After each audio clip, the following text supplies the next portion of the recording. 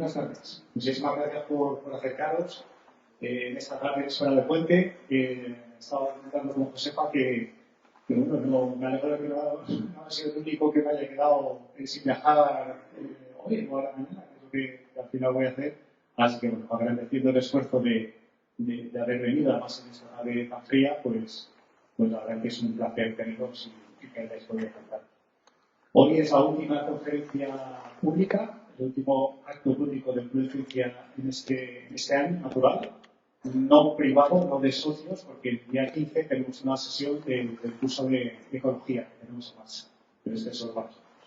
La última actividad pública, y en breve ya publicaremos en nuestra página web, cienciaboadilla.com, el programa de enero a marzo, con una o dos actividades, depende del mes, públicas cada mes, y bueno, pues seguiremos con nuestro curso de ecología y otra serie de actividades en los próximos años. Pues hoy tenemos una conferencia muy interesante con un tema muy novedoso, de la cual nos va a hablar Josefa Velasco, que se llama la enfermedad de la pérdida del movimiento.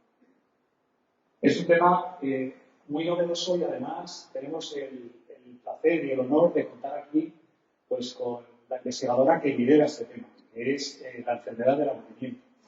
Lo lidera y además acaba de ganar el Premio Nacional de Investigación, con lo cual,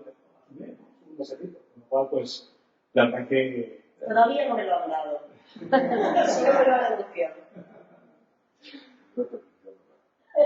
Así que, bueno, pues, la verdad que es un inmenso placer estar con ella aquí y yo llevo hablando con ella virtualmente un tiempo por otros temas y la verdad que es un placer haberla conocido en persona. Es una mujer encantadora y estoy seguro de que nos va a llenar de todo menos de aburrimiento esta tarde. Josefa Rose, la voy a presentar formalmente, es doctora cum laude en filosofía con la tesis El aburrimiento como presión selectiva en Hans Durenberg 2017, la Complutense, que además fue premio extraordinario de doctorado. Estudia, como ya he dicho, el aburrimiento desde un punto de vista multidisciplinar, incluye la filosofía, la psicología, sociología y antropología. Actualmente se está especializando en su análisis dentro de la psicogerontología y la geriatría. Es beneficiaria de un contrato postdoctoral del Programa Europeo Horizonte 2020 para la investigación y la innovación en la Universidad Complutense de Madrid. Previamente había sido investigadora en un programa postdoctoral en la Universidad de Harvard de 2017 a 2021. Lidera el proyecto PrEP-BOARD, con el que pretende conocer más a fondo la experiencia del aburrimiento que sufren las personas mayores que viven institucionalizadas en nuestro país para promover planes de prevención e intervención personalizados. En 2021 fundó la International Society of Boredom Studies, la primera asociación científica y cultural del mundo para el estudio del aburrimiento, de la que es presidenta.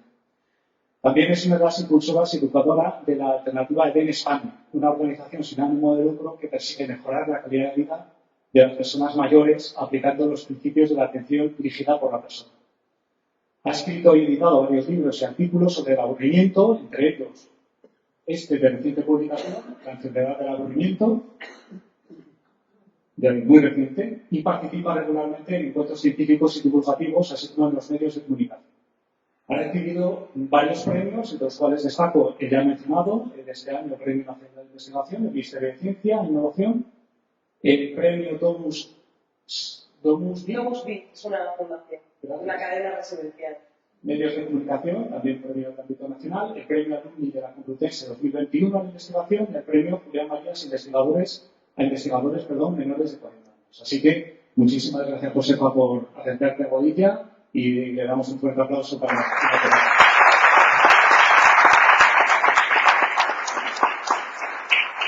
Muchísimas gracias. Esto no solo era por protocolo, sino porque estoy verdaderamente agradecida de tener la oportunidad de pasar este viernes por la tarde aquí en Boadilla. Es mi primera vez en Boadilla. Además, tenía muchísimas ganas de conocer a Roberto, así que es también un placer enorme por fin desvirtualizarnos, que ahora está todo tan virtualizado, ¿verdad?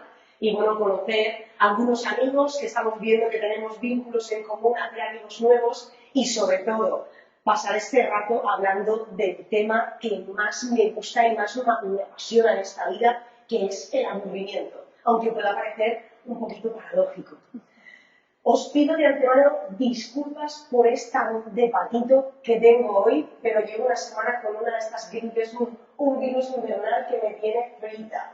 Y esta no es mi voz, de verdad que no. El que me conoce sabe que mi voz es mucho más bonita y elegante. Pero hoy he tenido que venir con esta. Entonces, llevo una semana bastante fastidiada, pero no me quería perder la oportunidad de pasar esta tarde con vosotros. Además, como decía Roberto, llevamos planificando pues este encuentro desde hace casi 6-7 meses. Así que no había opción de posponer, al menos en mi mente no existía esa opción. Y por tanto, bueno, pues aquí me planto con la voz extraña esta que tengo, un poco medicada, así que a ver qué nos sale. Yo creo que hablando del aburrimiento no nos vamos a aburrir, de eso estoy segura. Lo que quiero hacer un poquito es daros algunas pinceladas acerca de qué es el aburrimiento, y para hacer eso, una de las primeras cosas que voy a realizar es una desmitificación de algunas ideas, confusiones que tenemos en nuestra mente en torno a qué es el aburrimiento.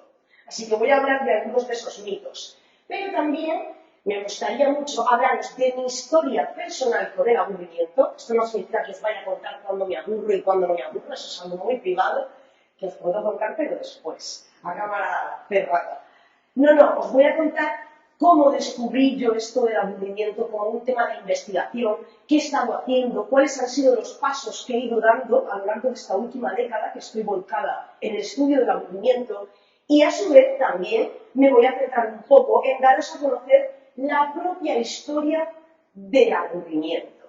¿Desde cuándo existe el aburrimiento? ¿Qué disciplinas se han encargado de estudiarlo? ¿Por qué? ¿Cuál es su raíz? ¿Cuáles son sus consecuencias? ¿Qué se está haciendo actualmente en los estudios de aburrimiento? ¿Existe algo así como los estudios de aburrimiento? Existe algo así como los estudios de aburrimiento.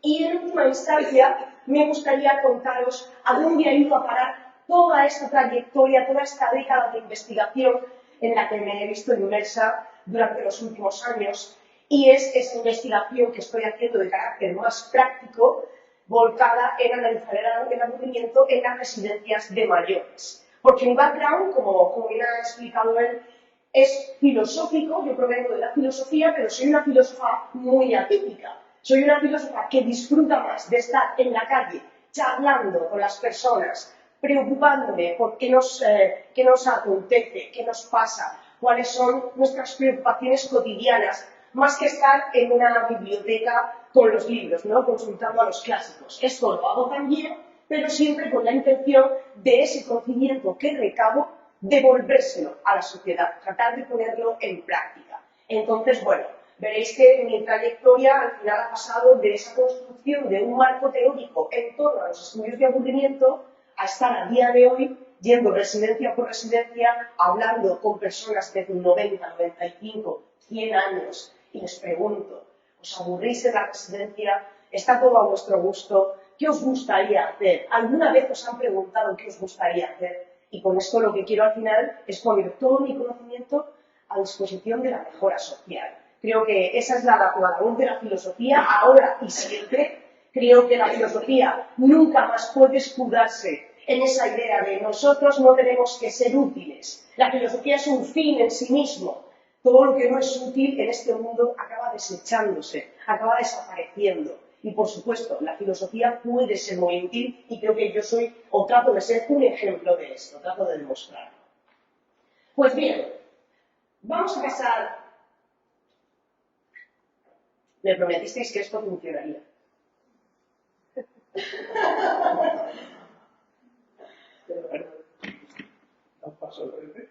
Quizá porque estoy demasiado. Estaba escondida.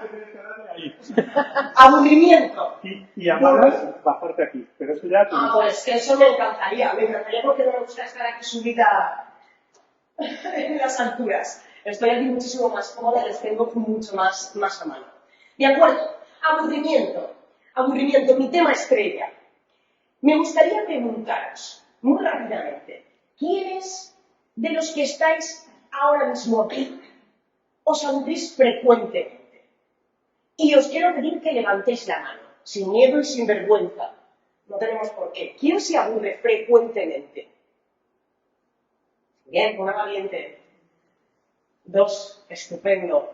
¿Quién se aburre de vez en cuando? Y el resto, imagino que no os aburrís nunca. ¿Quiénes no se aburren nunca? No me sorprende en absoluto. Confieso que no es la primera vez que hago este experimento en una conferencia y el resultado es siempre el mismo. Y siempre proviene de lo mismo, de la misma raíz, de un equívoco en la definición que damos a la cuestión del aburrimiento. ¿Hacia dónde debo apuntar? Ah, bien, estupendo. Dejadme que os diga que nos aburrimos, esto está demostrado científicamente, nos aburrimos es el 3% del tiempo de cada media hora de nuestra vida. Eso significa, desgraciadamente, que durante mi conferencia todos os vais a aburrir en algún momento. Si lo advierto, ya podemos estar haciendo ese ejercicio, estar atentos a ver cuándo surge ese aburrimiento. Si esto se traduce en nuestro ciclo vital, significa que los que tengamos la suerte de llegar a los 80 años aproximadamente, nos habremos aburrido un total de 2 años enteros de nuestra vida. Esto para los que estabais diciendo que no os aburrís nunca. Bueno, todavía podemos pensar, es que yo estoy fuera de esa media, soy el que rompe esa estadística. Ciertamente no. Lo que sucede es que tenemos la sensación de que como estamos haciendo cosas constantemente, como estamos siempre ocupados, no nos aburrimos. Porque tenemos este vicio de asociar aburrimiento a estar sin hacer nada. ¿Habéis escuchado alguna vez a alguien decir esto? Yo no me aburro nunca. Ojalá tuviera yo tiempo para aburrirme. Ojalá tuviera yo tiempo para aburrirme. ¿Pero qué disparate es eso? A una persona que se dedica a estudiar el aburrimiento, escuchar una afirmación de este tipo pone los pelos de punta. El aburrimiento es una experiencia muy dolorosa. Es una experiencia que nos causa malestar. Cuando nos estamos aburriendo, el tiempo pasa mucho más despacio. Se hace plomizo. Se produce una ruptura de nuestra relación con la realidad, con ese entorno en el que nos encontramos inmersos, con esa actividad con la que estamos tratando de comprometernos. De repente, nuestra necesidad de estimulación cognitiva cae en picado. ¿Por qué? Porque no encontramos ese entorno, esa actividad lo suficientemente estimulante. En lo que se traduce que caiga en picado nuestra estimulación cortical significa dolor. Estamos teniendo problemas del directo. Yo no he hecho nada. Bien. Eso se traduce en dolor, se traduce siempre en una experiencia dolorosa. Así que el aburrimiento nos produce siempre malestar. No solamente hace que el tiempo pase despacio, sino que de repente nos saca, rompe esa relación fluida que tenemos con el entorno, con una actividad, con esa persona con la que estamos hablando. Os voy a pedir que hagamos un pequeño experimento mental. Imaginaos lo siguiente. Imaginaos que después de la presentación tan maravillosa que Roberto ha hecho de mí, yo me hubiese subido aquí a este palco y hubiese decidido quedarme completamente inmóvil y en silencio durante los próximos 45 minutos.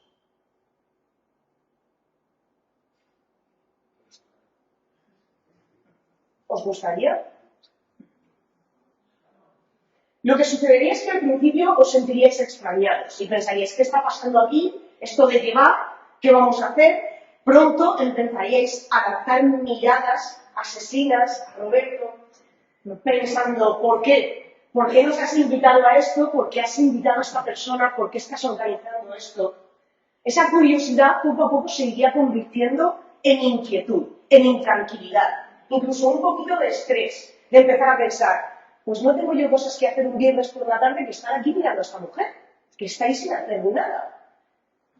Eso se iría convirtiendo poquito a poco en ira y estaría provocado ni más ni menos que porque os he obligado a estar un rato sin hacer absolutamente nada cuando vosotros veníais aquí a hacer algo, a escuchar una conferencia. Oye, puede ser luego que resulte un aburrimiento también, pero al menos quiero escuchar mi conferencia y juzgarlo por mí mismo, ¿no?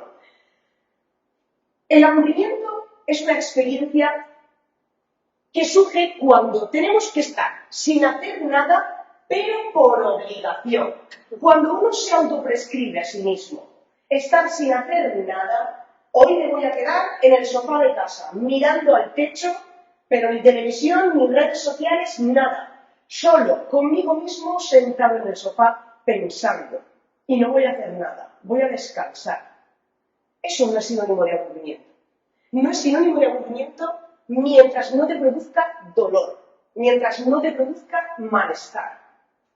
Por contrapartida, también podemos aburrirnos cuando tenemos que hacer cosas por obligación, cuando lo que nos gustaría es estar sin hacer nada, porque si no hemos elegido nosotros, o estar haciendo algo que, bueno, que escojamos nosotros voluntariamente. Por ejemplo, no es el caso, por supuesto, pero cuando a alguien le obligan a tener que estar en una conferencia, cuando lo que te gustaría es estar sin hacer nada o estar tomándote una cerveza. Hoy no hace mucho día de cerveza, pero hay gustos para todo. Ahí puede surgir el aburrimiento. En ese momento en el que se da ese componente de obligatoriedad. Ese componente de obligatoriedad que despoja el presente de significado. Es necesario que el aburrimiento se dé en estos términos, que sea doloroso. Y después vamos a comprender por qué. Enseguida, cuando empiece a hablaros de mi historia con el aburrimiento, lo vamos a entender. Pero me parecía muy importante desambiguar esta idea que tenemos sobre el aburrimiento cuanto antes. Ojalá tuviese tiempo para aburrirme. Bien, os pido que recordéis la última vez que os sentisteis, aunque sea mínimamente aburridos. Puede ser cuando queráis, esta misma mañana, a lo largo de esta semana, en este último mes, bueno, pues cuando estuvisteis haciendo cola en el supermercado, puede ser con ese amigo con el que quedamos la semana pasada, que nos cuenta siempre lo mismo y no avanza, le damos consejos y hace siempre lo que le da la gana. Puede ser con aquella película de Netflix que tuvimos que acabar quitando, saltamos a HBO. El momento que queráis, ese momento en el que sentisteis que el entorno, que la realidad se os quedaba corta, se había quedado obsoleta, que no os estimulaba suficientemente, que ya no representaba un reto. Ese último momento en el que sentisteis que vuestras capacidades estaban por encima de lo que os estaba ofreciendo el entorno. Pensad en ese momento. A nadie le gustaría que ese momento hubiese durado más. A nadie le puede gustar permanecer en el estado de aburrimiento. Es tan absurdo como desear que te duelan las muelas.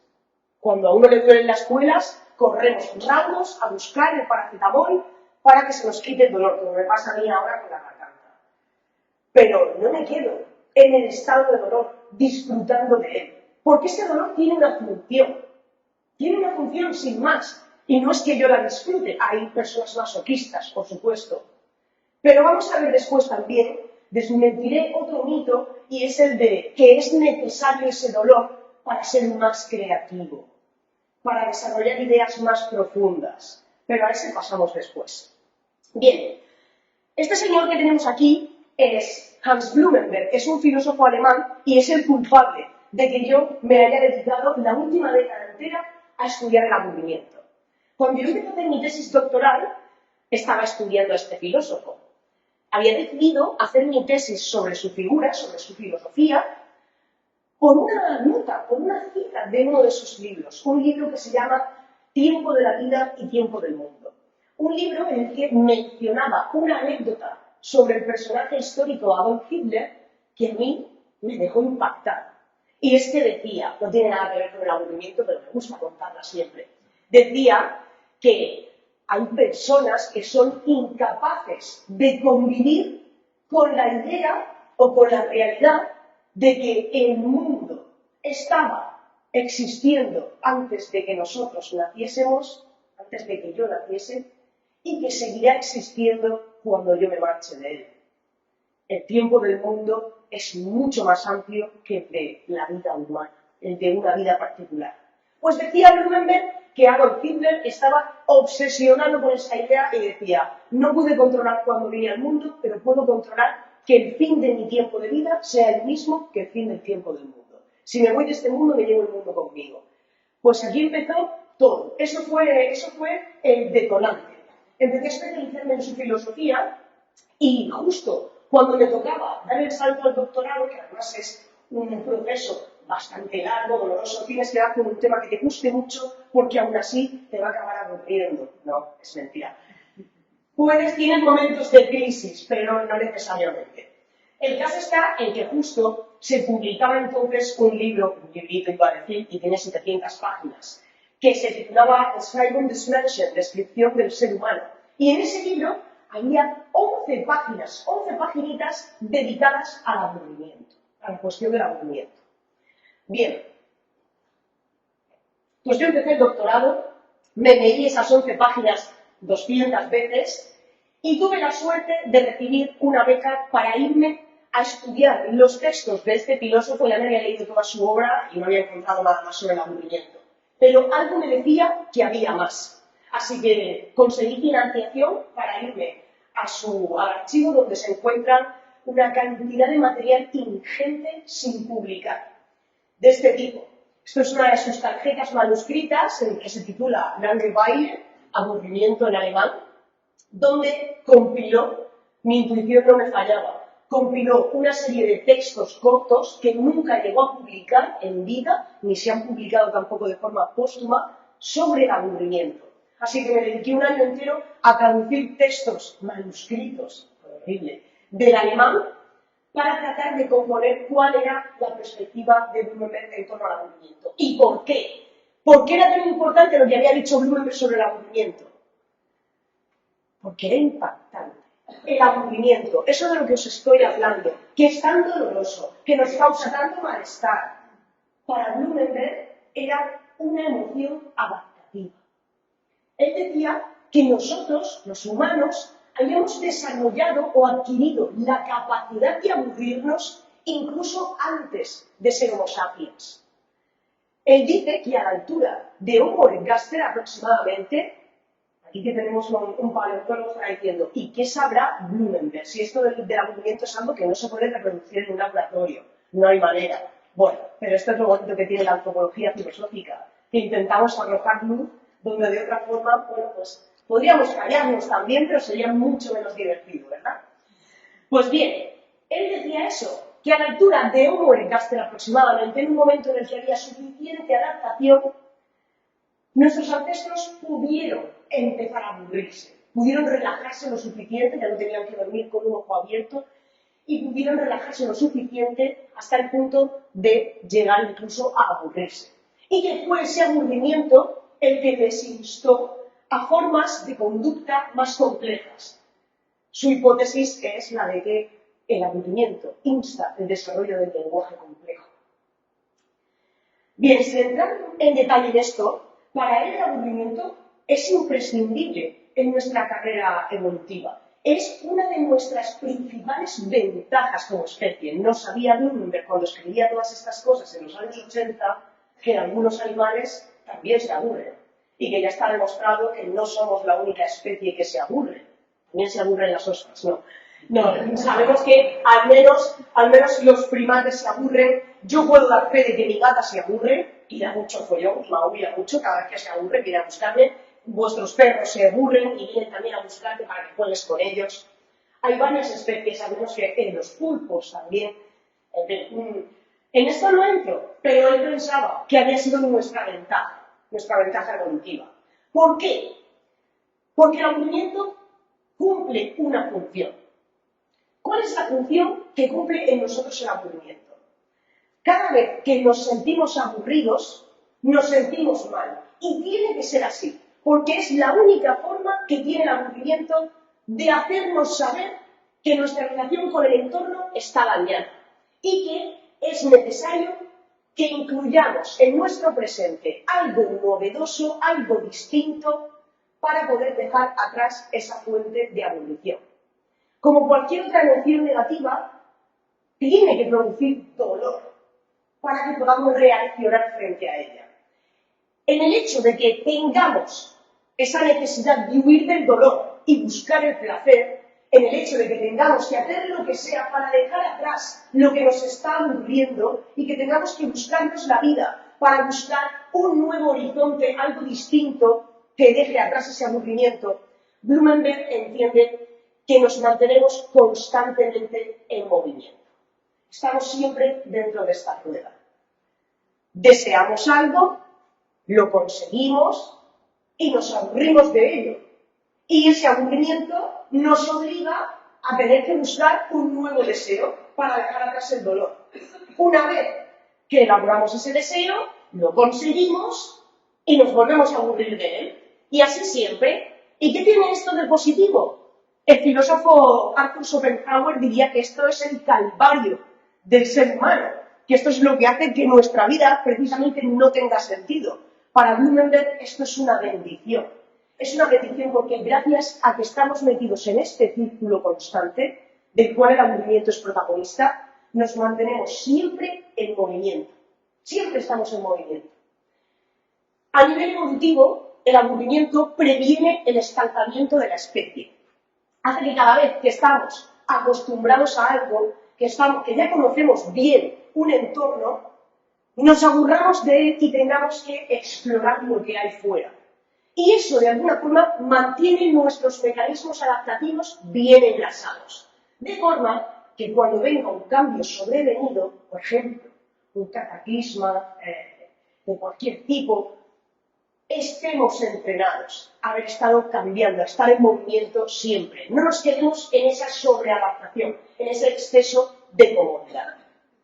Esa es la función que cumple el aburrimiento, o al menos eso es lo que nos dice Blumenberg. Vamos a por ese otro mito de que el aburrimiento nos hace ser más creativos. Viene justo en este momento. Estoy hablando de que el aburrimiento es reactivo, nos hace reaccionar. En circunstancias normales, porque también vamos a hablar de esas circunstancias en las que el aburrimiento ni es bueno, ni es funcional, ni es positivo, ni nada de nada, que es lo que a esa parte que a mí me interesa. Observar nuestro aburrimiento cotidiano es interesante, pero al final a mí me gusta ir ese paso más allá. Bien, en circunstancias normales, las personas que nos aburrimos con normalidad, cuando empezamos a experimentar ese malestar del aburrimiento, enseguida diseñamos en nuestra mente una estrategia de huida frente a esa fuente de aburrición. La diseñamos consciente o inconscientemente. Algunas veces hacemos el ejercicio de observar el horizonte de posibilidades que tenemos delante y decir, bueno, me estoy aburriendo viendo esta película, ¿qué puedo hacer? Pues voy a revisar el catálogo de HBO, que es lo que a veces solemos hacer, ¿no? Puedes decir, o también podríamos ir al cine, o podríamos ir a pasear, o podría ir a tomar una cerveza. Pero muchas otras veces esta estrategia de vida se produce de forma inconsciente en nuestra mente. Estás en la cola del supermercado, en la sala de espera del médico, y sin pensarlo siquiera ya te estás sacando el móvil y entrando en Facebook. Y ni te lo has planteado, pero tu cerebro ya hace esa conexión, sabe perfectamente que esa píldora te va a aliviar el aburrimiento y vas a ello. Bien, esto es lo que sucede siempre en circunstancias normales. Pensamos, creamos esa estrategia de vida y la llevamos a la práctica. De esa forma dejamos el aburrimiento atrás y recuperamos el equilibrio entre nuestra necesidad de excitación cortical y lo estimulante que recibimos en el entorno. Estupendo. De aquí, de ese movimiento, hay quienes han deducido que el aburrimiento nos hace ser más creativos. ¿Quiénes de vosotros habéis leído en estos 2 últimos años, porque además desde hace un par de años se ha vuelto brutal la cosa, este tipo de eslóganes? 6 beneficios de estar aburrido, científicamente probados. Conoce los beneficios del aburrimiento en 4 minutos. En la que os podría haber mandado esta noticia y ya está, ¿verdad? En vez de estar aquí toda la tarde. 7 razones de por qué aburrirse es bueno para tu salud. ¿Cómo el aburrimiento puede ser la semilla de la creatividad? Y mi favorita, los beneficios secretos del aburrimiento. te vuelve más inteligente y creativo. Bendito aburrimiento. Estos eslogans te están vendiendo la idea de que porque tú pases un rato aburrido un domingo por la tarde, tienes a tu disposición la posibilidad de desarrollar tus habilidades. Tienes la posibilidad de convertirte en un ser más creativo. Y esto no es cierto. No es cierto. No hay estudios científicos que respalden esto. Lo que hay son estudios científicos que respaldan que cuando nos aburrimos, hacemos cualquier cosa para dejar de aburrirnos. Ese es el componente de creatividad que hay en el aburrimiento. Sin embargo, esto te vende algo muy diferente. Te vende la idea de que te va a volver creativo en un sentido positivo. Cuando la mayor parte de la literatura científica lo que demuestra es que para responder frente al aburrimiento, casi nunca nos movemos ni un ápice de nuestra zona de confort. Para responder a esos momentos de aburrimiento, recurrimos a los entretenimientos más fácilmente accesibles. Recurrimos a lo que sabemos que ya nos ha funcionado en el pasado. Muy pocas veces damos un paso adelante que suponga realmente ni una reevaluación de nuestro entorno, ni de nuestra situación vital. Esto lo comprobamos sobre todo durante el confinamiento. Todo el mundo pensaba, es cuando esto se empezó a hacer popular, y todo el mundo pensaba, ahora sí, por fin tengo tiempo para aburrirme. Ahora sí que voy yo a reevaluar mi vida, me voy a plantear cómo son las cosas, nada de nada.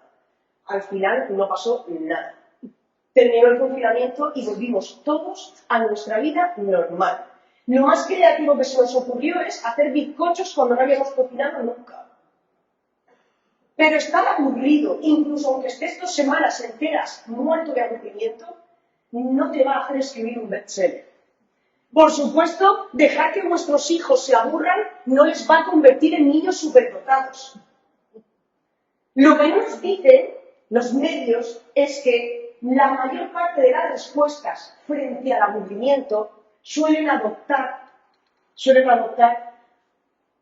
un componente disfuncional, negativo, perjudicial,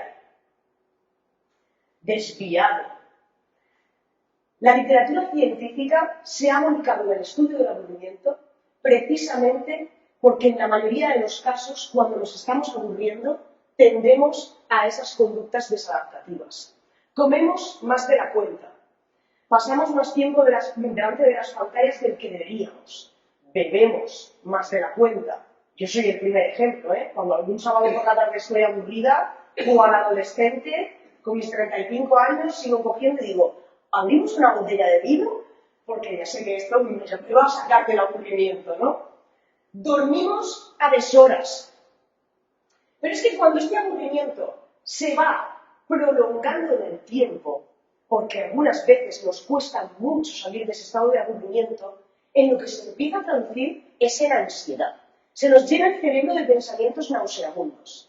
Esa ansiedad se empieza a convertir en estrés y al final acabamos dejando salir la ira, conductas violentas. Ese aburrimiento acaba dando paso a conductas del todo desmedidas, adicciones a los videojuegos, adicciones a las drogas, al sexo, a internet, conducción temeraria, autolesión, lesión a terceros. Todas estas son las cosas por las cuales el aburrimiento se ha convertido en un tema de estudio. No precisamente el que nos convierta en genios. Solo ha habido un momento en toda la historia de Occidente en el que el aburrimiento se ha considerado como algo positivo que puede hacer florecer nuestra genialidad. Esto fue en el Renacimiento.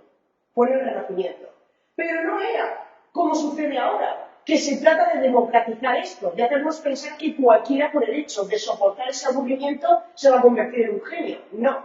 En el Renacimiento estaba claro.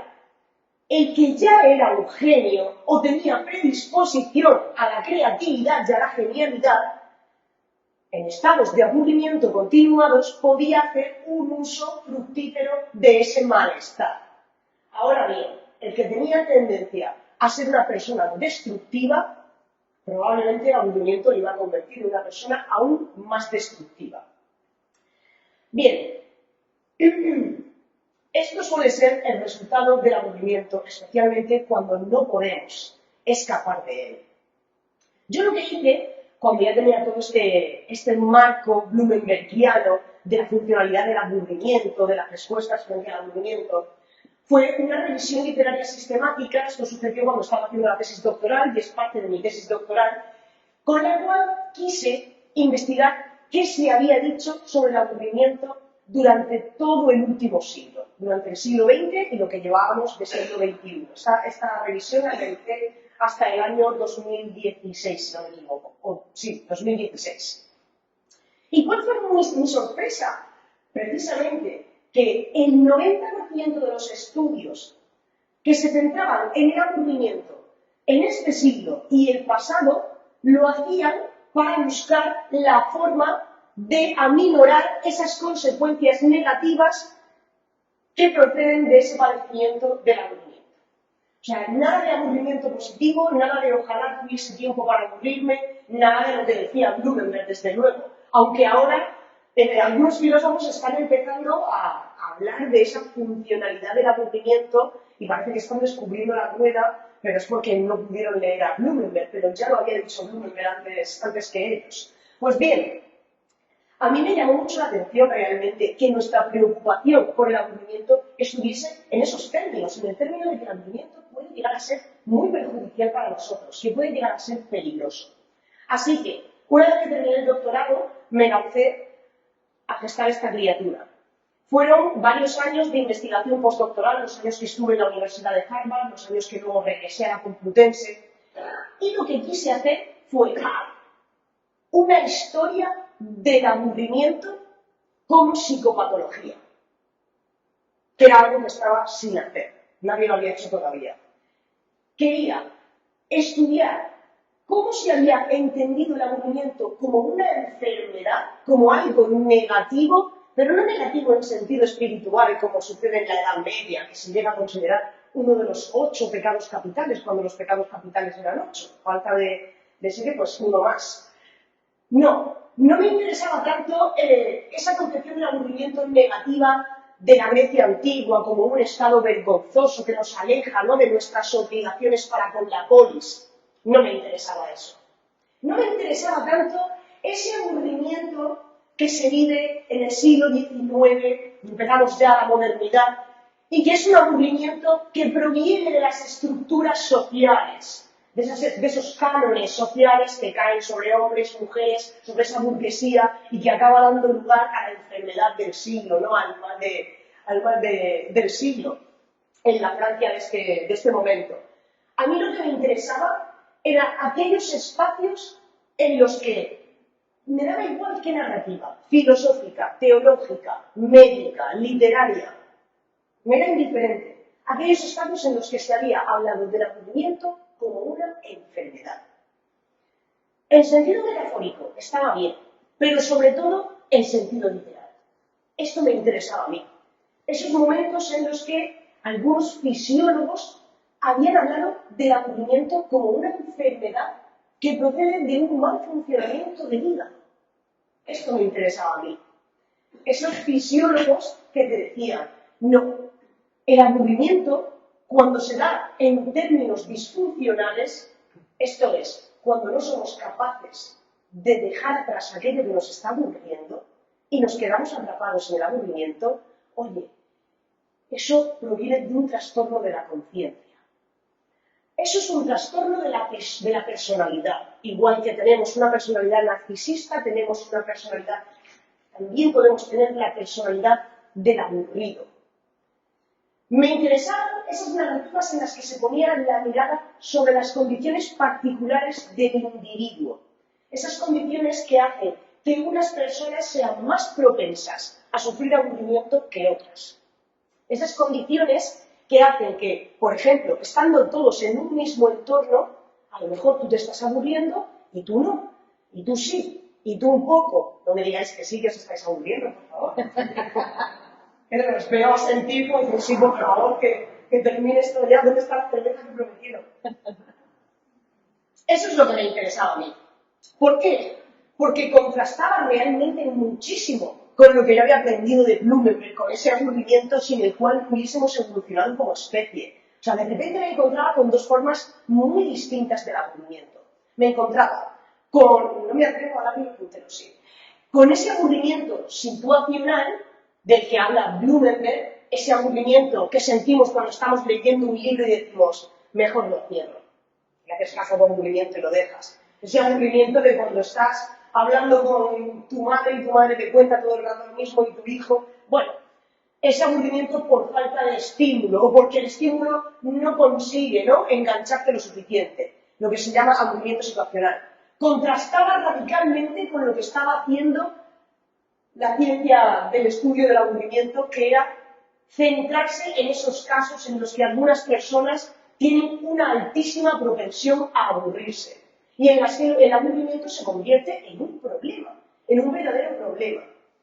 Bien, pues este aburrimiento crónico a lo largo del siglo XX se ha considerado como una posible patología. Actualmente no está aún incluido en el DSM, en este manual diagnóstico estadístico de los trastornos mentales, pero si la tendencia sigue, estará dentro de poco. El problema que tenemos es que sabemos que hay personas que se aburren siempre, sabemos que hay personas que tienen una alta propensión a aburrirse y para las que el aburrimiento es un estado patológico, pero no sabemos a qué se debe, no sabemos por qué sucede esto. Seguimos igual que hace 100 años.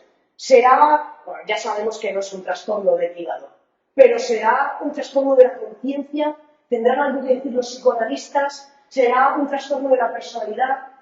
Los colegas de Canadá tienen un laboratorio en el que están dedicándose a tomar imágenes del cerebro, imágenes del fMRI, para ver qué sucede a nivel de conexión neuronal cuando una persona se aburre. Porque tienen la sospecha de que quizá esas personas que se aburren siempre tienen alguna falla a nivel neurofisiológico. Pero todavía no hemos podido demostrar qué es lo que sucede. Pues bien, yo tracé toda esta historia que se había dicho hasta el presente, pero mi aportación realmente, esa aportación que se puede encontrar en la enfermedad del aburrimiento, fue definir esto. Yo me di cuenta de las dificultades que había para diagnosticar a una persona de un trastorno o una patología de aburrimiento crónico. Es que no hay elementos de diagnóstico. Hay escalas de medición. Tenemos escalas de medición de los años 80 y son con las que yo sigo trabajando a día de hoy porque no se han desarrollado instrumentos mejores. Pero claro, no puede ser que una persona que se queja constantemente de padecer aburrimiento, que es incapaz de diseñar esa estrategia de vida, que cambia de entorno, cambia de actividad y aún así sigue aburriéndose. No puede ser que esa persona, en lugar de padecer una patología del aburrimiento que no se puede diagnosticar actualmente, ¿sería posible que lo que le suceda es que está en un contexto que no le permite responder frente al aburrimiento? ¿Es posible que una persona que se queja constantemente del aburrimiento, lo que le suceda es que se encuentra en un entorno que le aburre y que es tan limitante y tan constrictivo que aunque esa persona llega a saber qué le gustaría hacer para dejar de aburrirse, el entorno no se lo permite, no le permite llevar esa idea a la práctica y por eso se queda en ese aburrimiento constante? Me di cuenta de que como sociedad creamos espacios en los que se dan situaciones de aburrimiento cronificado. Lo llamé así para diferenciarlo del aburrimiento crónico del que hablan psiquiatras y psicólogos. Me inventé este término, situacional cronificado. Instancias en las que el aburrimiento permanece en el tiempo, somos incapaces de librarnos de él, de ese malestar, pero no porque estemos todos enfermos mentales, no porque todos tengamos una patología del aburrimiento crónico, sino porque estamos en un contexto que nos está aburriendo y que a su vez no nos permite hacer nada para dejar de aburrirnos, incluso si sabemos qué nos gustaría. Pues bien, esto es lo que me llevó al siguiente paso de mi historia con el aburrimiento. Uno de sus entornos son las residencias de mayores. También están las aulas, por supuesto, esas aulas en las que nuestros alumnos a veces se aburren o muchas veces se aburren y no les queda otra que aguantar el aburrimiento, porque no pueden hacer nada, porque no pueden manifestar su aburrimiento al profesor, que se cabrearía, en vez de tomarlo como una oportunidad y decir, ok, mis alumnos están desconectando, lo veo en sus caras, lo veo en sus bostezos, voy a reinventar mi forma de dar la clase, de transmitir el contenido para que no se aburran. No, nos solemos ofender. Entonces, lo que suele suceder es que el alumno aguanta y aguanta y aguanta el aburrimiento y aguanta esa frustración y ese dolor hasta que al final empieza a molestar al que tiene al lado y empieza a hablar con... No se vuelve más inteligente, no. Se inventa cosas, se saca el móvil, ahora es lo que hace todo el mundo, todos los alumnos. Mis alumnos lo hacen cuando se... No, mis alumnos no se aburren, por favor, lo he dicho. Pero enseguida se sacan el móvil o están con el portátil y a saber Dios en qué universo están. Conmigo no. Y luego mucho cuidado con ese otro alumno que pone el piloto automático y está así. Y en realidad no te está escuchando tampoco. Bueno, hay situaciones en las que el aburrimiento se cronifica, pero aún así lo aguantamos. Aguantamos estoicamente ese dolor porque tenemos un objetivo ulterior en el horizonte. Que el profesor me apruebe, por ejemplo.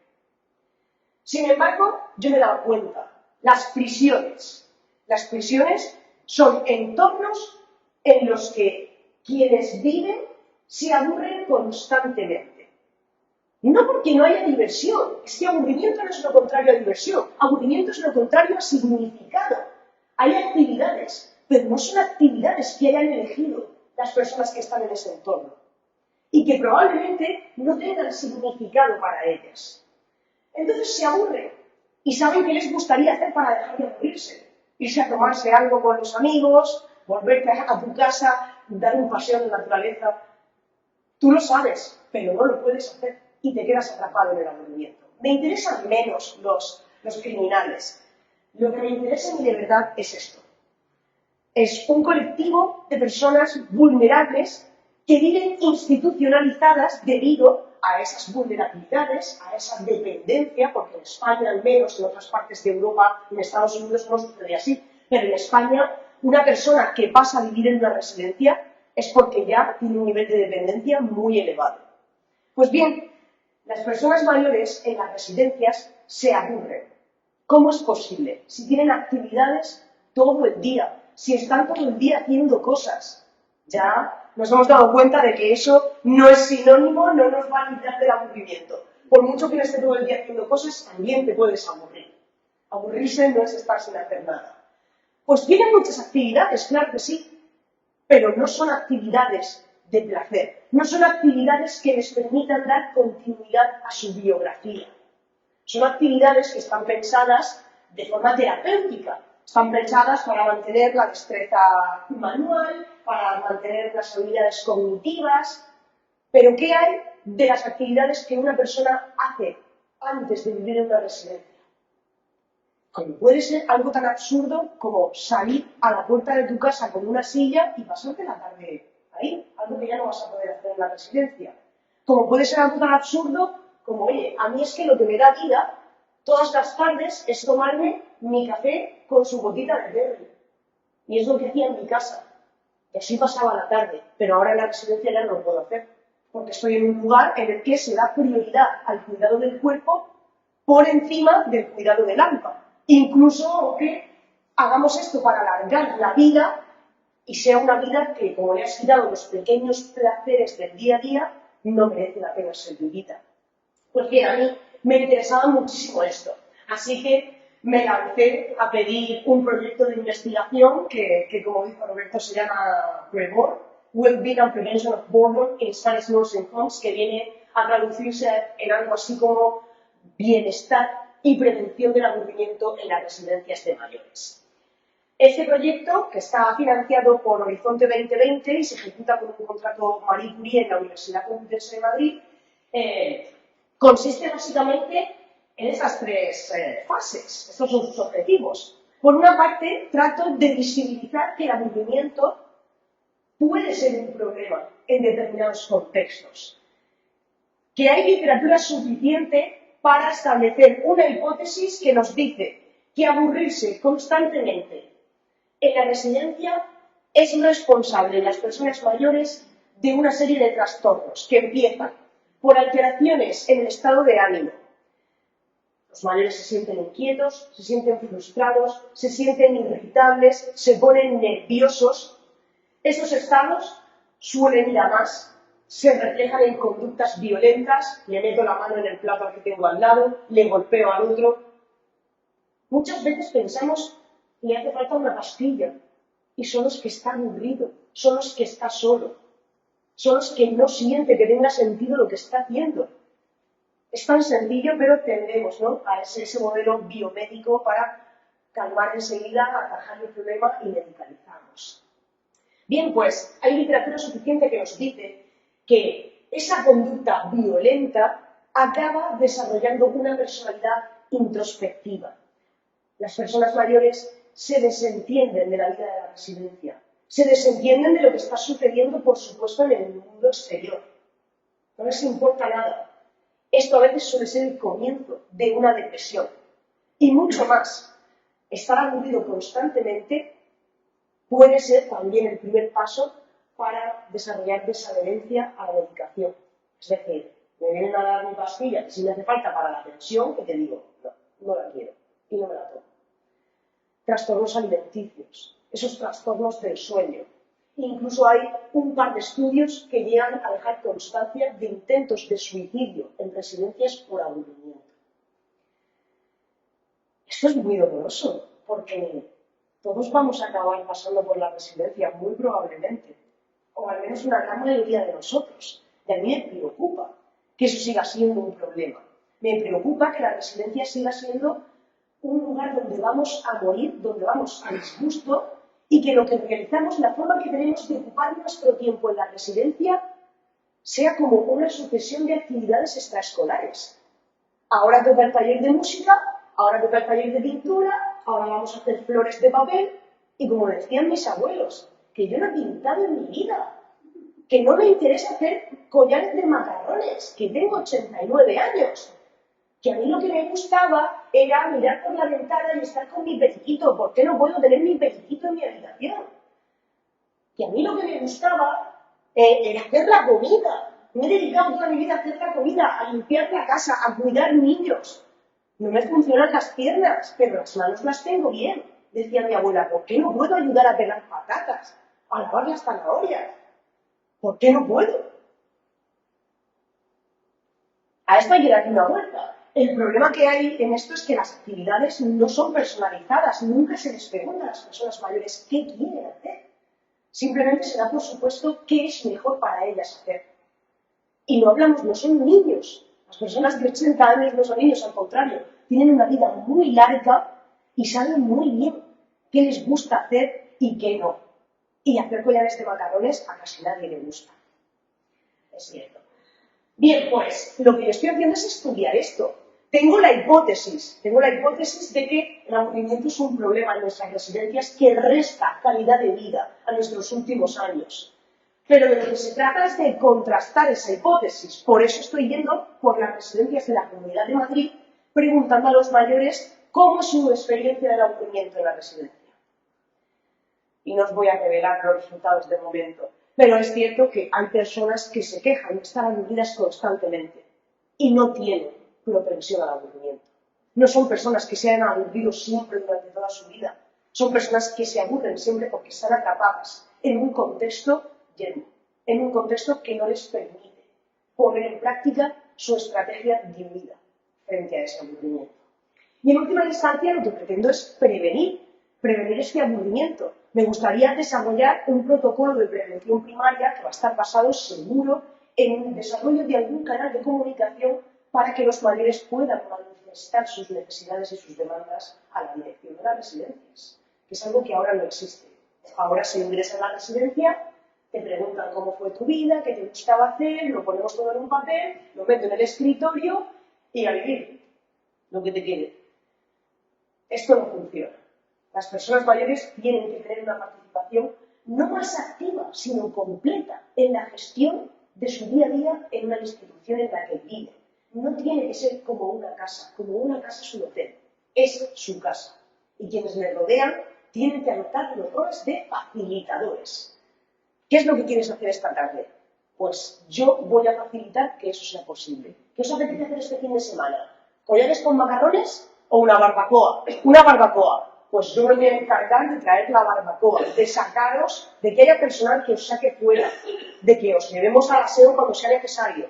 Ese es nuestro papel. No diseñar actividades para vosotros, sino facilitar las actividades que vosotros queréis hacer. En esto consiste un poquito mi estudio. Vamos a pasar de esto, al menos para los que no lo disfrutan, a esto, al conocer a las personas. Eso es la atención dirigida por la persona. Bien, os quería poner, y con esto voy a ir terminando ya, el vídeo que creé para dar a conocer mi proyecto. A ver si nos funciona. El aburrimiento es un estado de displacer doloroso que experimentamos las personas cuando el entorno no nos estimula lo suficiente o cuando tenemos que realizar tareas o actividades que no son significativas y placenteras para nosotros. La falta de variedad y espontaneidad que rige el día a día de las personas mayores que viven en residencias, unida a la ausencia de personalización del ocio, hace que se experimente un aburrimiento cronificado que a la larga merma la salud física y mental. Mientras en otras partes del mundo se han llevado a cabo estudios acerca del aburrimiento, en España no existe ni una sola iniciativa que se encargue de analizar esta problemática. De esta necesidad surge el proyecto Freeport, que pretende dar visibilidad al fenómeno del aburrimiento, estudiarlo de primera mano y ofrecer respuestas personalizadas a cada centro. Este proyecto está financiado por el programa Horizonte 2020 de la Unión Europea y se desarrolla bajo un contrato marítimo. Desde Freeport queremos dar voz a las personas mayores y a sus compañeros de cuidado para que puedan expresar su experiencia acerca del aburrimiento y así avanzar juntos en la búsqueda de nuevas respuestas. Animamos a los centros a participar en esta iniciativa pionera para liderar el cambio de cultura en el sector geoasistencial en España. Contamos con vuestra participación en la lucha contra el aburrimiento. El proyecto está teniendo un montón de éxito. La verdad es que yo pensaba que las residencias iban a ser reticentes a dejarme entrar, que al final, bueno, está la cosa un poco complicada después de todo lo que ha pasado en la pandemia, pero sin embargo se han dado cuenta de que no sirve de nada cerrar las puertas, que simplemente yo me pongo a disposición para analizar un posible problema que hay dentro de este centro. Y además luego te entrego un informe pormenorizado con estos son los problemas y estas son las posibles soluciones que las personas mayores han propuesto.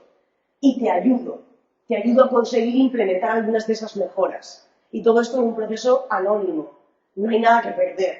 O sea que al final no me ha hecho falta enviar el vídeo a ninguna residencia porque han sido las residencias las que me han venido a buscar a mí.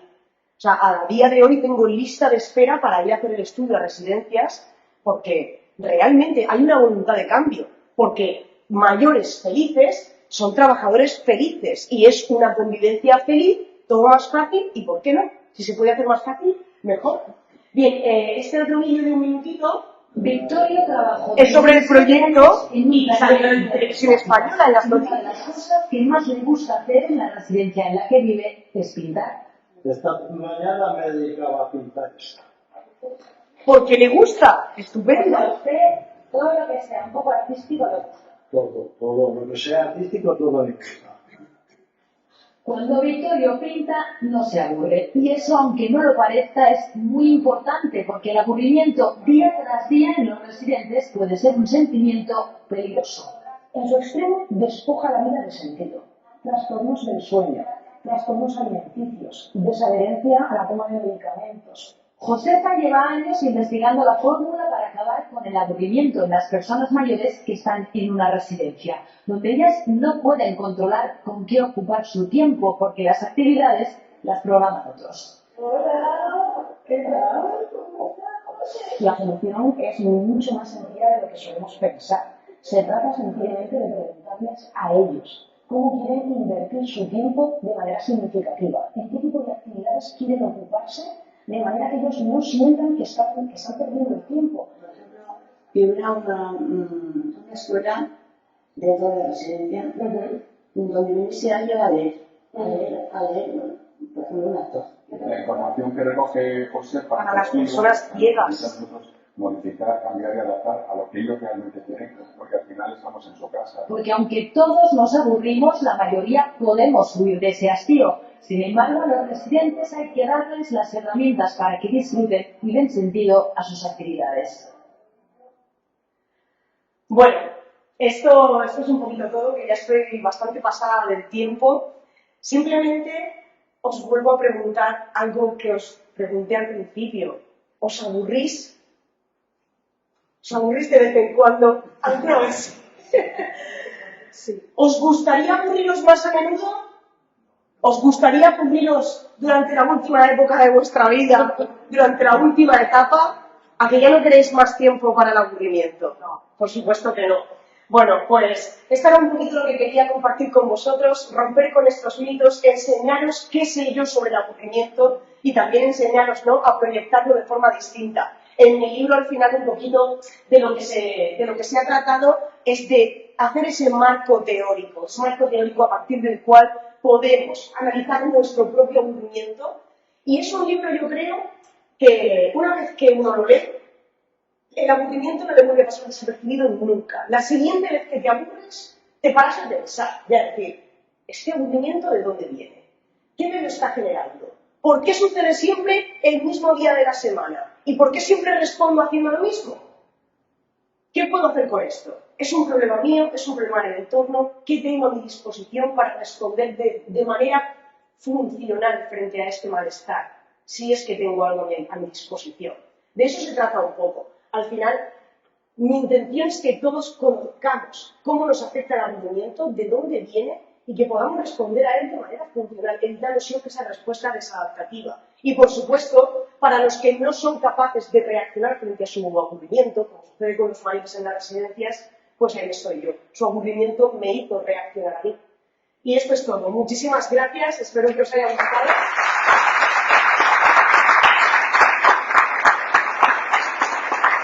Y hoy, de resolver dudas, aquí, ahora, o me encontráis por email cuando queráis también, si ahora no hubiese tiempo, pero a vuestra entera disposición. Un poquito, sí.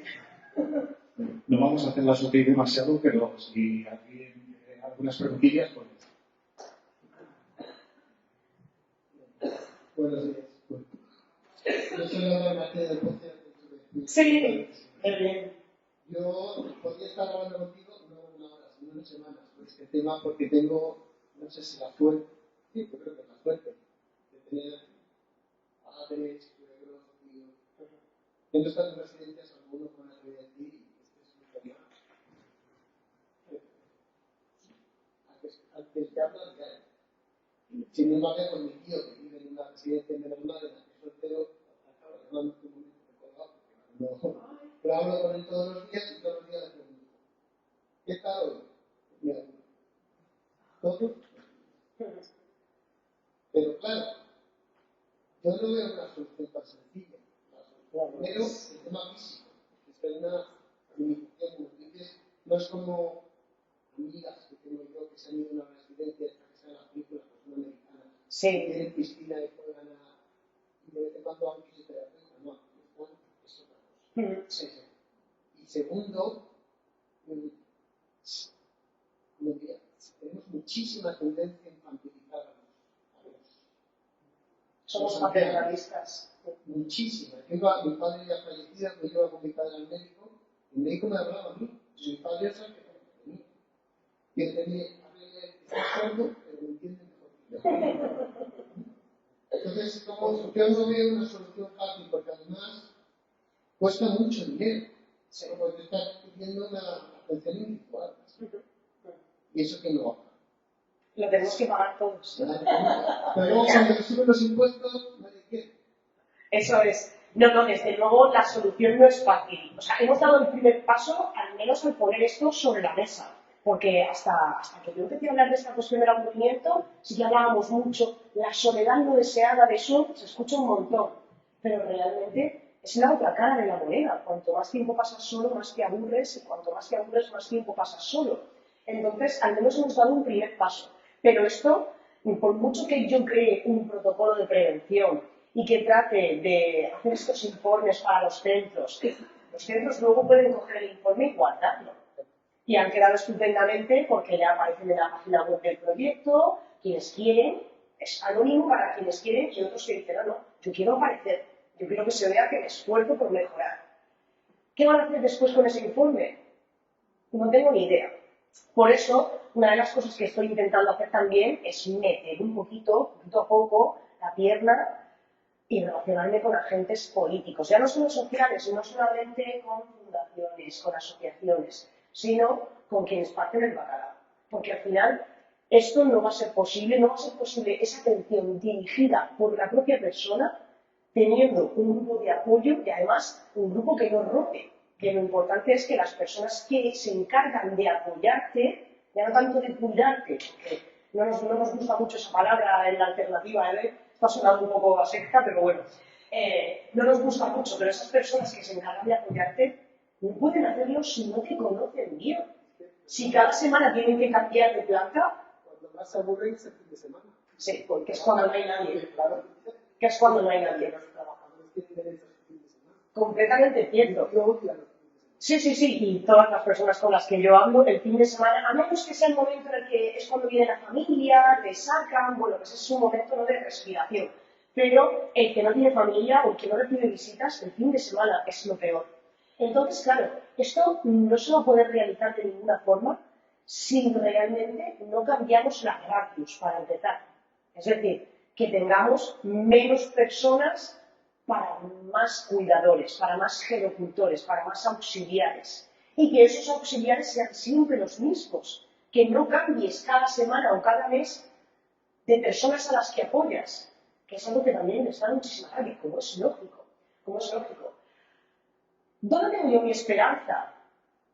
En que se nos llena mucho la boca, se nos llena muchísimo la boca con la ACP, la atención centrada en la persona, que encima lo que yo propongo va más allá, es estadounidense y es dirigida por la persona. No se trata de que tú pienses en qué es mejor para mí, sino que yo piense qué es mejor para mí y tú lo respetes. Y por ejemplo, si no quiero dejar de tomarme la copa de vino a mediodía porque eso es lo que me hace despertarme por la mañana, aunque viva 5 años menos, es mi decisión. Y tú como médico no me puedes quitar eso, porque estoy en mi casa.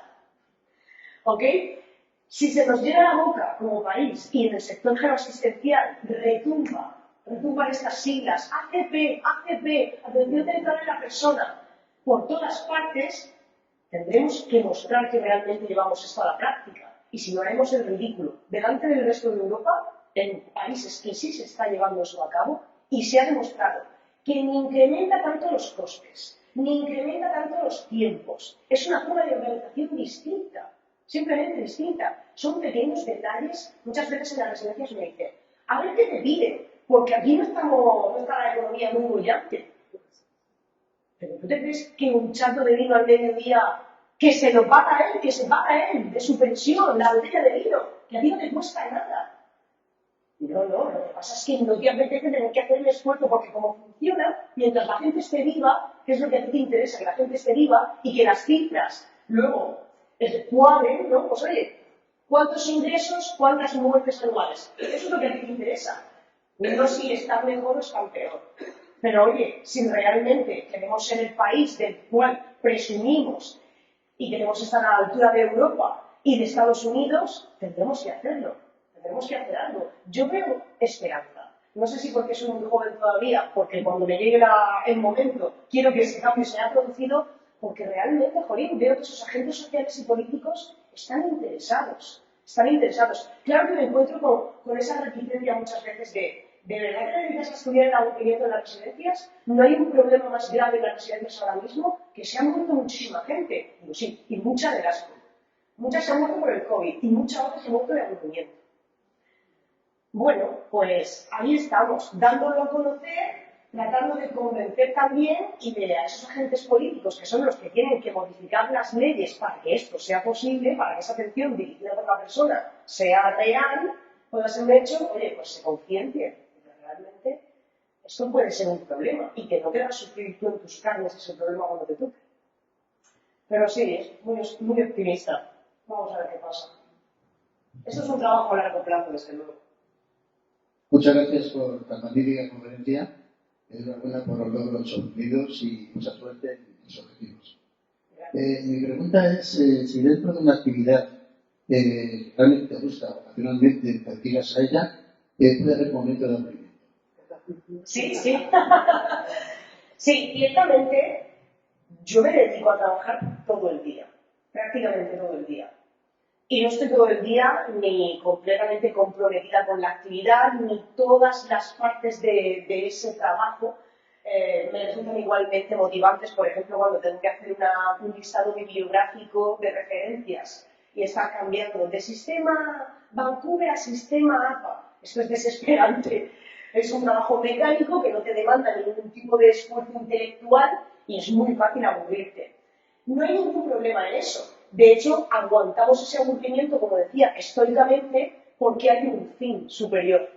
Decidimos aguantar esos pequeños momentos de aburrimiento porque el cómputo te compensa. Estamos pensando en el entorno laboral, pero a mí se me estaba viniendo a la mente el entorno doméstico. ¿Cuánta gente me dice, ¿y yo por qué sigo aguantando mi matrimonio si estoy aburridísima ya de mi marido? Y luego el marido dice, yo también estoy aburrido de ti, ¿qué me puedes poner que eres la única? Pues porque tienes un objetivo superior y ese objetivo te ayuda a aguantar el aburrimiento. Sabes que si reaccionas frente a ese aburrimiento y dices, pues rompo el matrimonio, tu objetivo, que es envejecer con esa persona, lo vas a perder.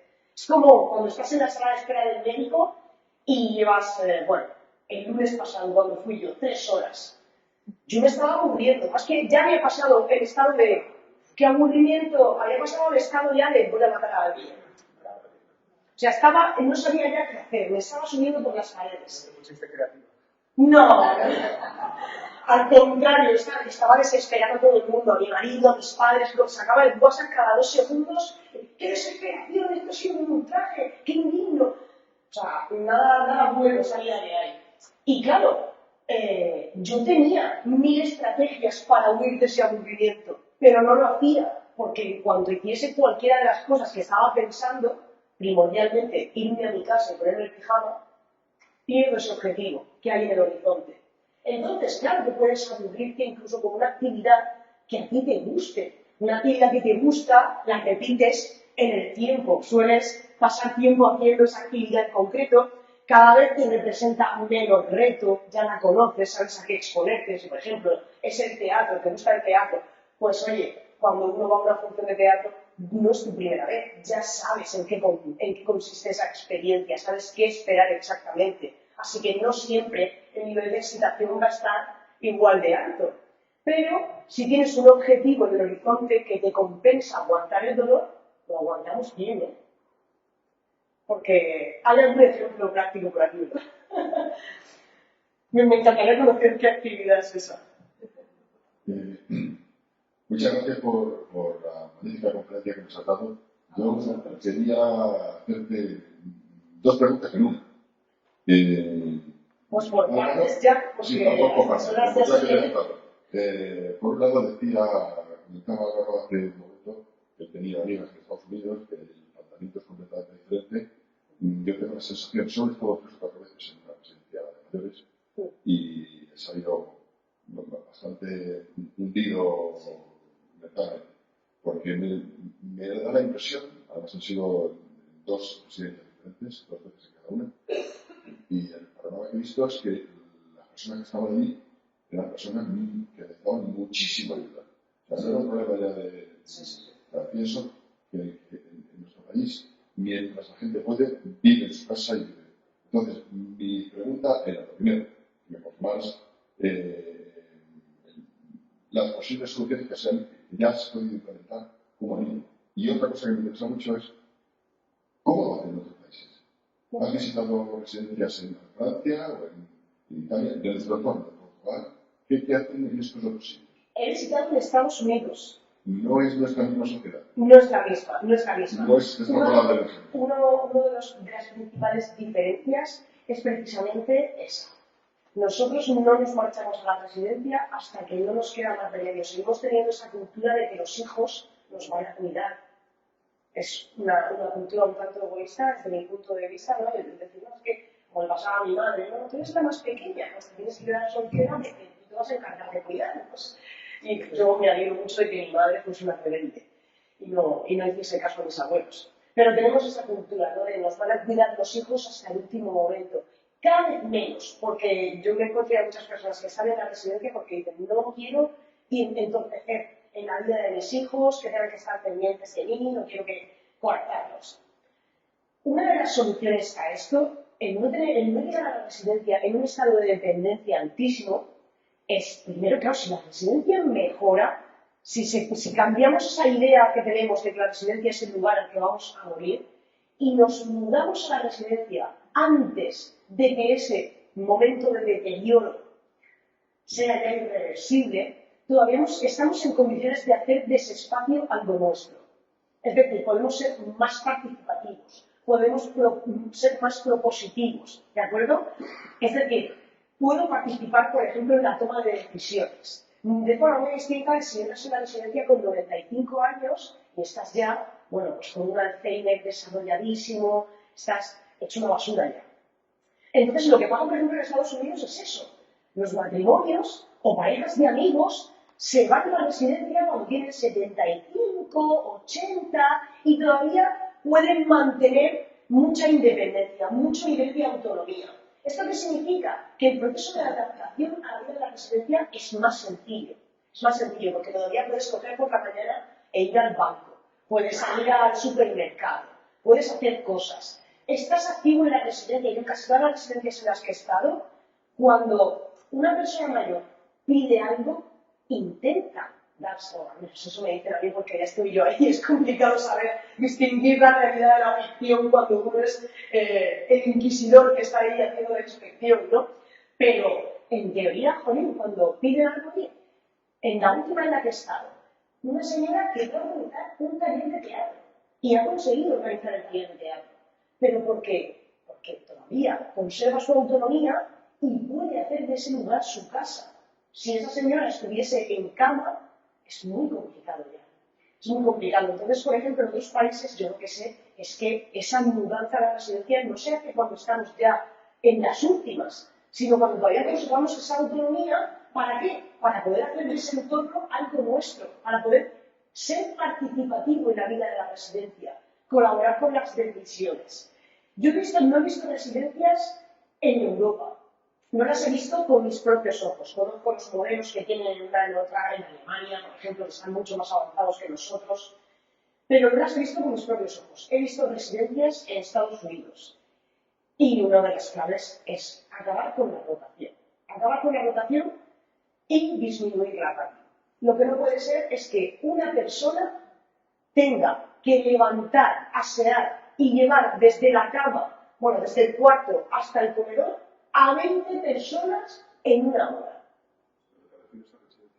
¿Públicas en Estados Unidos o privadas? En España la diferencia es bastante menor en ese caso. En Estados Unidos he estado en residencias públicas y privadas. Las privadas, por supuesto, funcionan mejor. Y aquí es al revés. En España funcionan mucho mejor las públicas, las que yo he estado, que tienen financiación de la Comunidad de Madrid, funcionan muchísimo mejor que las privadas. ¿Por qué? Porque las privadas operan con el modelo biomédico, que se llama. Es decir, organizo todo. Aquí tenemos tres modelos. Biomédico. El centro organiza todo pensando en los intereses del centro. Centrado en la persona. El centro organiza todo pensando en el bienestar de la persona y dirigido por la persona. La persona organiza todo sirviéndose del centro. Entonces, las privadas aquí suelen operar bajo el modelo biomédico. ¿Por qué? Pues porque si yo en vez de 2 croquetas para cenar te pongo 5, gano menos dinero. Si yo en vez de 10 personas para una planta contrato a 20, gano menos dinero. Si yo, y así al infinito. Entonces aquí tenemos una diferencia. En Estados Unidos las públicas funcionan peor y en España funcionan mejor. Funcionan mucho mejor. Al menos la experiencia que yo tengo hasta el momento. Con algunos de las mejoras que ya se están empezando a implementar, muchas de las cosas son tan tontas, son tan absurdas. Un grupo de hombres en una residencia me pidió, por favor, un billar. Un billar, no quieren pasarse la tarde haciendo gatos de lana. Querían un billar, decían, no, cuando podemos, pues también jugamos al dominó y demás, pero bueno, si al final es siempre lo mismo. Y entre 2 o 3 dijeron, jo, si tuviésemos un billar, y lo primero que me dijo el director de la residencia, hombre, pero ahora mismo eso hay que hacer una partida presupuestaria, porque un billar cuesta un dinero, y le dije, tranquilo, que esto se contacta a una empresa, se le pide que haga una donación de un billar para una residencia y a cambio se hace una nota publicitaria y tienes el billar gratuito la semana que viene. Ya, pero hay que buscar un espacio. Bueno, si no tienes ganas, no sé qué hago aquí. Si no tienes ganas de hacer las cosas, es que eso va a ser ruidoso. Y aquí tienes también que tener voluntad. Pero algunas son cosas tan tontas, que es que no os las podéis ni imaginar. Desde ese tipo hasta el, mire, es que yo no me he acostado a las 9 en la cama nunca en mi vida. Y a mí lo que me sucede, o sea, yo soy un animal nocturno. Y me sucede que, claro, termino de cenar a las 7:30, me llevan a la habitación a las 8:30, como además soy dependiente, me tienen que dejar ya acostado en la cama, mi compañero no puede escuchar la televisión porque estamos mezcladas personas con deterioro cognitivo con personas sin deterioro cognitivo, y a mi compañero la televisión le pone nervioso, y a mí también me pone nervioso, y entonces grita. Así que me quedo en la cama, a oscuras, a las 9, hasta las 9 de la mañana del día siguiente que vienen a recogerme. Y es que no estás cansado para dormir 12 horas, es que es imposible. Bueno, pues cosas tan sencillas. Jolín, ¿por qué no puedo yo quedarme viendo la tele un rato en la sala general? ¿Por qué? No, es que no hay personal. Pero te ves 4 o 5 en la recepción. ¿Y este fin de semana qué hacemos? Falta también mucha formación, mucha formación al personal. Porque el enfermero que está en la residencia suele ser, está muy mal visto. No sé cómo hemos llegado a esto, pero es como, ¿qué has acabado aquí en la enfermería? Eres médico en residencia, eres gerocultor, estás en lo más bajo. ¿Qué ha pasado? ¿Que no has podido entrar a un hospital normal? Entonces se les paga muy mal, que eso hace, por supuesto, pues que no tengan ganas de trabajar, porque es una persona que se está poniendo una tarea que es dura, que estás cambiando papeles. Y no de niños, que haces con ellos lo que te da la gana, ¿no? Un adulto ya mayor, que además, como no le guste algo, te pega un grito. Entonces es un trabajo mal pagado, esa falta de incentivo económico redunda en que haya falta de motivación para hacerlo bien, y que tú prefieras estar charlando con los compañeros, hasta con la limpiadora, antes que decir, joder, es que yo sé que fulanito disfruta mucho viendo la televisión un rato por la noche. Voy a ir a su cuarto y lo voy a bajar. Y me voy a quedar aquí con él. A lo mejor no, tampoco en una silla a toda velocidad, ¿sabes? Lo puedes dejar en la silla, marcharte, volver a la media hora. Oye, Juan, ¿te hace falta algo? ¿Estás bien? Me voy otra vez. Pero para eso hace falta formación, hace falta mucha más empatía y formación en empatía, y hace falta que se les pague lo que merece. Como un enrollo, ¿eh? Hoy no me hace nada nadie. Vamos, me parece a última, porque además, primero por tu salud, porque tienes automático hecho polvo con fiebre en la Pero yo no he venido arriba, ya ni me acordaba de él. Y sobre todo porque tenemos que desalojar ese tema muy picado de tiempo. Eso sí puede ser un problema. Hola, gracias. Muy interesante. Te iba a preguntar una cosa. ¿Habéis valorado si la climatología influye? Sí. ¿O la altitud? En la experiencia de aburrimiento, sí, por supuesto. De hecho, os decía antes que, bueno, que ese aburrimiento más patológico lo que empieza a hacer que los especialistas en salud mental se vuelquen en el estudio del aburrimiento. Y este aburrimiento patológico, donde se identifica por primera vez, es en la fábrica, a principios del siglo XX. Porque el obrero, claro, pasa muchísimo tiempo, siempre tenemos esa mentalidad, ¿verdad? El que se aburría era el burgués, que tenía mucho tiempo libre. Claro, ese es el que tenía tiempo para escribir sobre su aburrimiento. El obrero que estaba 14 horas en la fábrica, trabajando en un trabajo mecánico, repetitivo, rutinario, también se aburría, pero no tenía tiempo para escribir una novela, para escribir el Werther. Entonces existía ese aburrimiento y era muy peligroso, no por lo que pensáis, no porque ese aburrimiento, como ahora se dice, el bore-out, el síndrome del bore-out que pueden tener los trabajadores, sea una fuente de accidentes laborales, porque uno se queda un poco trastocado con el aburrimiento y tengas accidente. Eso no interesaba tanto a principios del siglo XX, sino que lo que interesaba es que tu rendimiento se viese reducido y eso repercutiese en pérdidas para el patrón. Entonces ahí empezó a estudiarse el aburrimiento como una cuestión científica. Esos que se aburrían constantemente en la fábrica. Y lo primero que empezó a hacerse en los experimentos fue eso, precisamente, jugar con la temperatura del habitáculo de la sala en la que se encontraban ciertos trabajadores que siempre se estaban quejando de que se aburrían, que trabajaban más despacio por ese aburrimiento. Pero ciertamente lo que se trataba de hacer era de bajar la temperatura. A mayor nivel de temperatura nos amodorramos. Y nos amodorramos, no sé cómo se dice ahora mismo. Pero nos entra, ¿verdad? Como los gatitos cuando están así azul, pues igual. Entonces se te bajan las ganas de trabajar y es más fácil que desconectes de esa actividad con la que deberías estar comprometido. Entonces los experimentos iban en esa línea, en bajar la temperatura para estar más activo. Pero como esto no fue suficiente, luego se empezó también a experimentar con la iluminación. También hacer cambios lumínicos fuertes, estos que ahora nos dicen en las películas, efectos estroboscópicos. Pues así, para que fruto de ese aburrimiento no te quedases dormido y no te bajase la intensidad del trabajo. Y como esto tampoco era suficiente, también se probó por incentivos económicos y demás, al final con lo que se acabó experimentando fue con las anfetaminas. Claro, si las anfetaminas funcionan en los militares, también se las podemos dar a los obreros. A ver si así no caen en el aburrimiento. Y esto, pues, hasta que se dijo que tenía peores efectos secundarios, era peor el remedio que la enfermedad, pues se mantuvo durante un tiempo. La cafeína está detrás de la revolución industrial. Pero completamente. De hecho, hoy en día hay manuales de farmacología que contemplan los compuestos a base de calsantinas, que son unas cafeína natural, para reducir los efectos del aburrimiento en el entorno laboral. Manuales farmacológicos hoy en día. Hay un grupo de investigación también en Argentina, los argentinos, ya sabes que son muy dados, ¿no?, a todo esto de la terapia y demás, y entonces están muy cabreados porque han dado la voz de alarma acerca de que se está empezando a medicalizar el aburrimiento en niños con este tipo de compuestos. Se les da compuestos a base de chocolate, de cafeína, de teína, para que estén activos y no se aburran.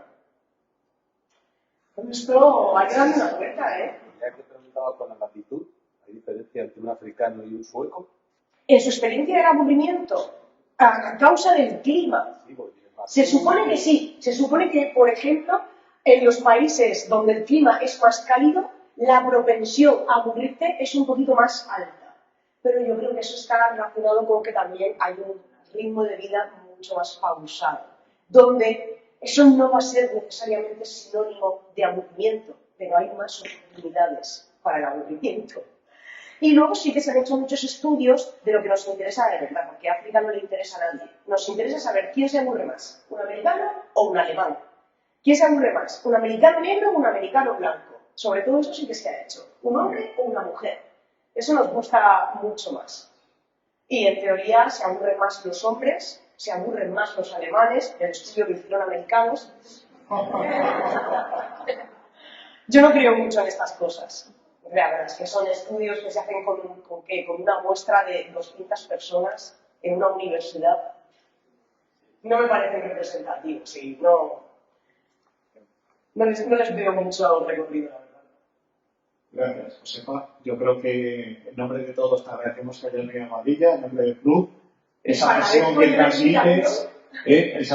que transmites con un tema tan novedoso, que yo creo que a partir de ahora nos va a hacer ver el aburrimiento, desde luego, para siempre de otra forma, ¿no? Muchísimas gracias por acogerme en el club, que ha sido un placer.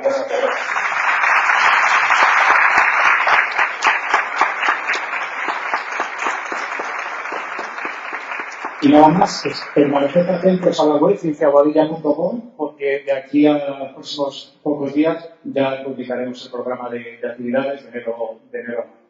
Y nada más, muchísimas gracias. ¿Nos encontráis?